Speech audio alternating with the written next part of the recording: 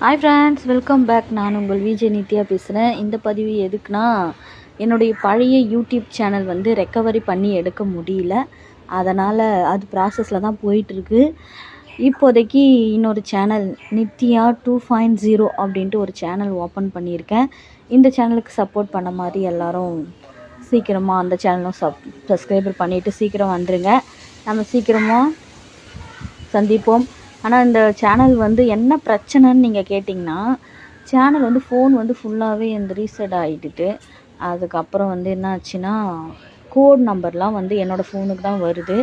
ஆனால் வந்து mail ID, code number, password மட்டும் மறந்துட்டேன்.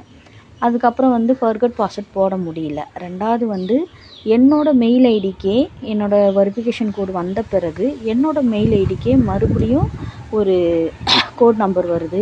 அதனால் இதை ரெக்கவர் பண்ணியிருக்கிறது கொஞ்சம் கஷ்டம் தான் நினைக்கிறேன்.